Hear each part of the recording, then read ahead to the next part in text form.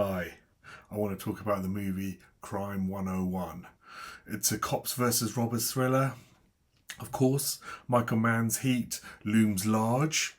Over the last 30 years, nothing's really beaten it. And Heat, for me, is the greatest cops and robbers movie of all time. It's not just the consummate filmmaking and electrifying acting wattage.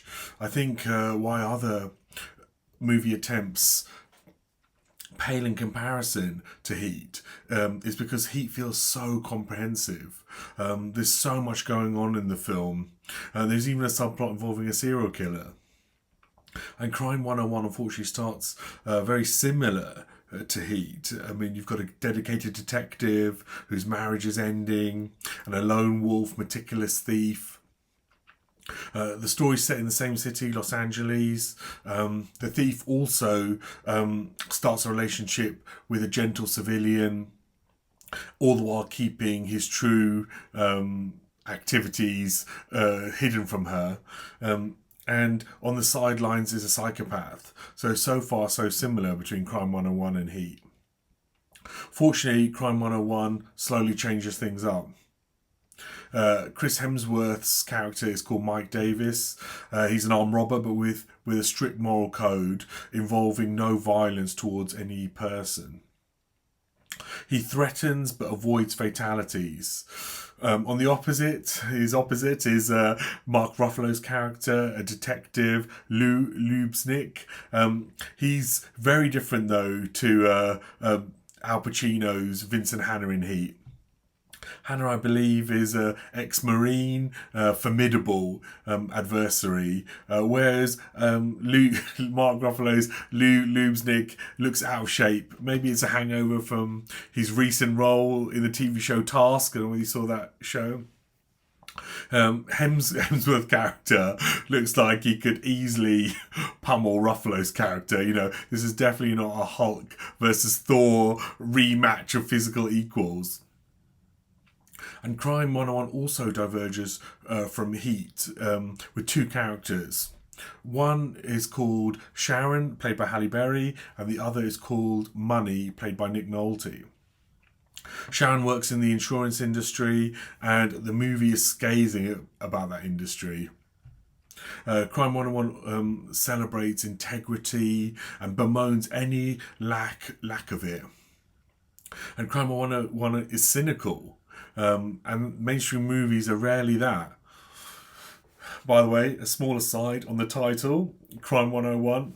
101 seems to have a dual meaning. Firstly, only the basic facts are known by the police, by the authorities, about Davis's larcenies. And secondly, the locale.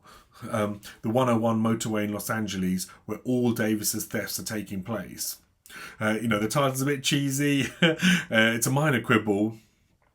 But the name of the film doesn't suit the hardball nature of the narrative and the polished visuals. Another criticism of Crime 101: for Davis to perpetrate his crimes, his purloining, without physical harm to the victims, he uses disgruntled insiders. Considering how many hold-ups are attributed to Davis's character, that's quite a few who've seen his face. That's not talked about in the movie, just glossed over. Davis shares some of the take with the insiders, but if you think about it, these insiders are suddenly a lot richer. Not all of them are going to be savvy in terms of like spending, and therefore will draw attention to themselves from the police. Yet none of this is reported. Maybe Davis has a sixth sense with picking his accomplices. Crime 101 is not as meticulous as it should be. Nick Nolte's Money is a small part that looms large. He's a great actor, Nick Nolte. I'm a big fan of his.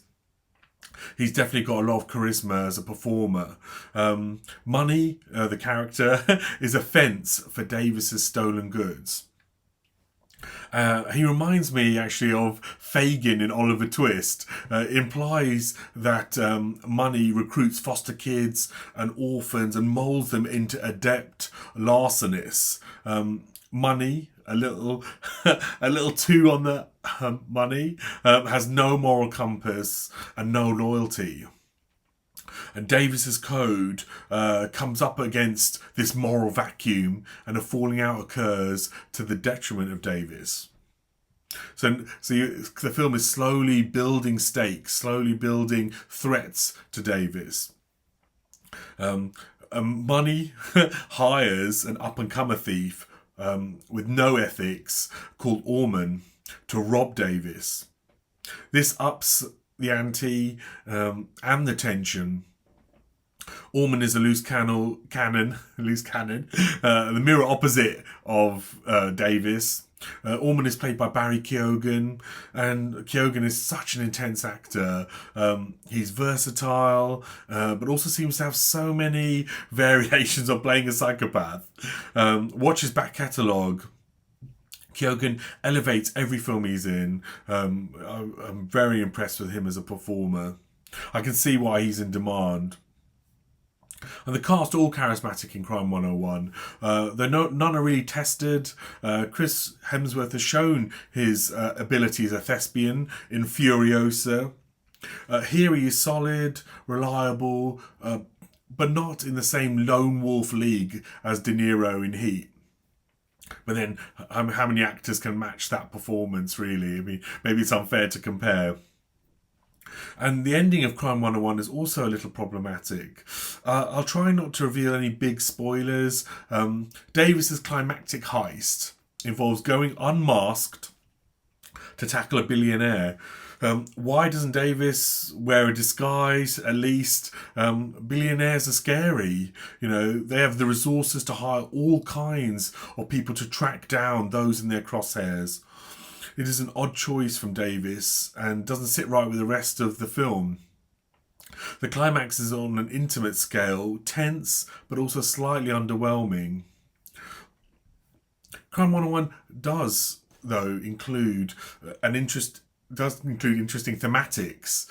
It talks briefly about homelessness. It at least shows the unhoused, which are often airbrushed out of movies. Plus, Crime 101 references the immoral ultra-rich, corruption, and problematic workplaces. Most mainstream movies do not even hint at real-world issues. And one could argue that the finale is happy and trite, but on the other hand, the systems the film talks about are still in place. So even with my criticisms, overall, Crime 101 is worth your time. And I have some further recommendations for you, some further movie recommendations based on the genre. So firstly, put this on your list to watch. It's called The Robber. It's an Austrian thriller about a marathon runner who's also a thief.